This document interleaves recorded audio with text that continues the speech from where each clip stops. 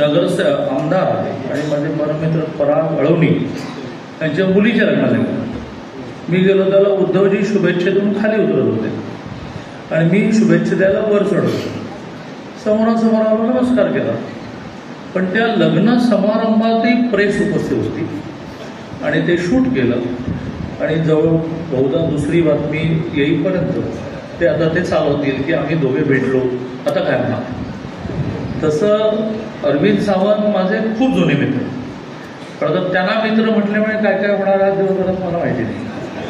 पण आम्ही एका एरियात वाढलो, मुंबईच्या गिरण गावात वाढलो, ज्याचा शार्दूलजींनी वारंवार उल्लेख केला की तुम्हाला नेता व्हायला, मोठा व्हायला पार्श्वभूमी लागत नाही. अरविंदजींची पण पार्श्वभूमी गिरण भागातली आणि माझी पार्श्वभूमी सुद्धा गिरण भागातली. अरविंदजी त्या गिरण भागातल्या पार्श्वभूमीतून करता करता करता करता ॲज पर माय नॉलेज तिसरी टर्म खासदार आणि केंद्रीय मंत्री होते. असं दोघांचा सत्कार आहे कळल्यानंतर 5व्या युवा संसदेला मी येऊन गेलेलो असून सुद्धा मी मान्य केलं की मी आज या कार्यक्रमाला येतो. आज या युवा संसदेचं उद्घाटन झालं आहे. जाधवर ग्रुप ऑफ इन्स्टिट्यूटच्या वतीने हा गेले 8 वर्ष उपक्रम चालवला आहे, ज्याच्यामध्ये महाविद्यालयीन अभ्यासक्रमाच्या बरोबरीने त्यांच्यातले नेतृत्व गुण विकसित करणं आणि ह्या देशाचं ग्रामपंचायत ते लोकसभा असं राजकारण चालवण्यासाठी सक्षम युवा नेतृत्व उभं करण्याचा हा त्यांचा मोठा प्रयत्न झाला आहे. मी सुधाकररावजींचंही मानलं, शार्दूलजींचंही मानलं. आणि खरं तर मी बघत होतो ज्यांना ज्यांना आपण पुरस्कार दिला ते ससादेजी, त्यांचंही नाव एस पासून आहे, शार्दूलचंही नाव एस पासून आहे, सुधाकररावचंही नाव एस पासून आहे, सावंत एस पासून आहे, सुधीर नाव एस पासून आहे, सचिन शेलार एस पासून आहे. फक्त विठ्ठलजी राहिले तुम्ही. कारण यासाठी की या सर्व एस मिळून जर मतदार जो ईश्वराचा अंश आहे त्याला विठ्ठल समजून आराधना केली तर मला विश्वास आहे की आम्ही प्रगती करू. पण मला एकाने विचारलं की जगातली सर्वात महत्वाची प्रगती काय, तर जगातली सर्वात महत्वाची प्रगती म्हणजे बिस्तर म्हणजे बेडवर पडल्यावर 1 मिनिटात झोप येत असेल तर आपण अंबानीपेक्षा पैसेवाले आहोत, अदानीपेक्षा पैसेवाले. आणि जगामध्ये कोणी विचारलं की सर्वात महागडं कॉस्मेटिक कोणतं, कोणी म्हणेल पॅरिस, कोणी म्हणेल लंडन, कोणी म्हणेल फॉरेस्ट इसेन्शियल, कोणी म्हणेल अजून काय काय कंपन्या सांगते. पण मी तुम्हाला 100% सांगतो जगातलं सर्वात महागडं कॉस्मेटिक म्हणजे भारतीय हास्य आहे. या चेहऱ्याच्या हास्यापेक्षा महागडं कॉस्मेटिक. पण एक सवय बदलण्याची आवश्यकता आहे. ती कथा सांगून मी इथून माझा विराम देईल, वेळेचाही अभाव आहे. पण एकदा एक पतिदेव एका ENT डॉक्टरकडे गेला आणि ENT डॉक्टरला म्हणाला, पाहुणे येते का, मग ते इशारा आहे थांबा. ENT डॉक्टरकडे गेला आणि म्हणाला पतिदेव की डॉक्टर साहेब माझी पत्नी बहिरी आहे, तिला काहीतरी औषध द्या. डॉक्टर म्हणाला की मला पेशंट बघितलेल्या सवय त्याच्यावर औषधी उपाययोजना कशी करता येईल. तो म्हणाला माझी पत्नी हे मानतच नाही की ती बहिरी आहे.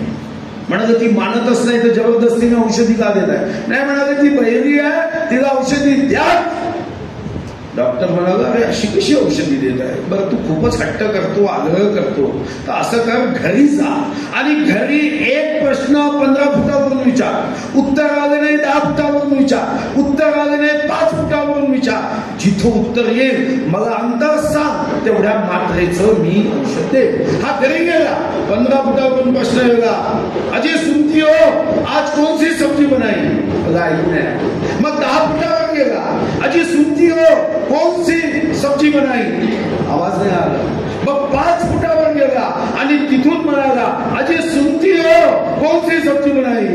बायको म्हणाली अरे मैं 1 नहीं 2 नहीं 3 बार से कह रही हूँ भिंडी की बनाई, भिंडी की बनाई.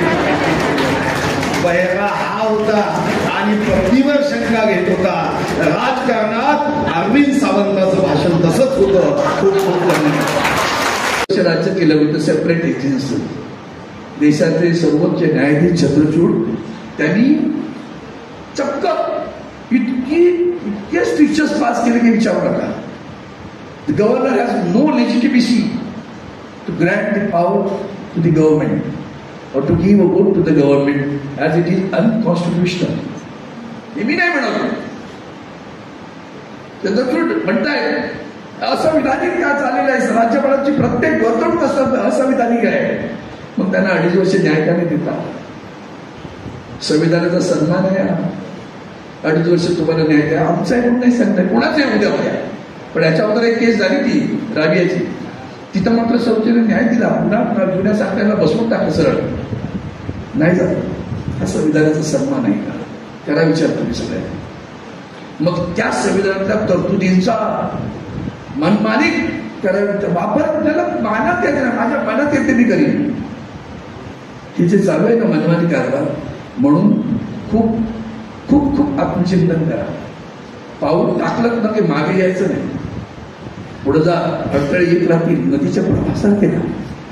नदीचा प्रवाह कसा जातो सागराला मिळायचंय मला. अडथळे येत राहतील. नदी प्रवाह बदलते पण सागराकडे जाते.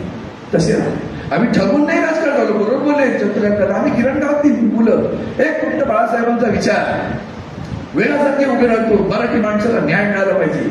नोकर भरतीत 80% मराठी माणूस त्याला नोकरी दिली गेली पाहिजे. स्थानिक भूमिपुत्रांना न्याय मिळाला पाहिजे. आज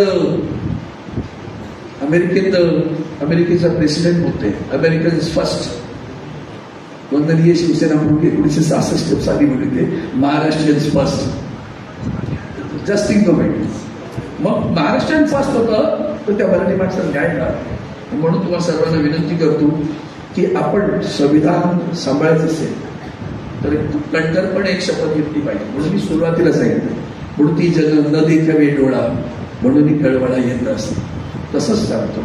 सर कटा सकते हैं लेकिन सर झुका सकते नहीं. सर कटा सकते हैं लेकिन सर झुका सकते नहीं. अपनी आजादी को हम हरगिज मिटा सकते नहीं. म्हणजे कर्तव्य कुठलं करायचं हे तुम्ही युवकांना तुम्हाला निवडायचंय. स्वेच्छेने स्वतःहून निवडायचंय. कभी कभी अपने अश्रु और प्राणों को अर्घ्य भी दिया है. म्हणजे हे करत असताना कर्तव्य पार पडत असताना कधी तुम्हाला त्रास होईल किंवा त्यांना आहुती द्यावी लागेल. पण कर्तव्यावर निष्ठा ठेवून प्रयत्न करून काम करा. किंतु आपलं ध्येय पक्क करा. किंतु अपनी ध्येय यात्रा में हम कभी रुके नहीं. किसी चुनौती के सम्मुख हम कभी झुके नहीं. कर्तव्य करत असताना तुम्हाला बऱ्याच अडचणी येतील तर त्या अडचणीला तुम्ही तोंड दिलं पाहिजे. तिच्यासमोर झुकायचं नाही, वाकायचं नाही. हमें ध्येय के लिए जीने जूझने और आवश्यकता पड़ने पर मरने का संकल्प ही दोहराना है. म्हणजे जे तुम्ही ठरवा ते इतकं निष्ठेने करा, जिद्दीनं करा, कष्टाने करा की ते करण्यासाठी तुम्हाला बरेच कष्ट होतील. त्यासाठी एखाद्या प्राण जरी गमावा लागला तरी चालेल. पण आपले आयुष्यातले प्रिन्सिपल सोडू नका.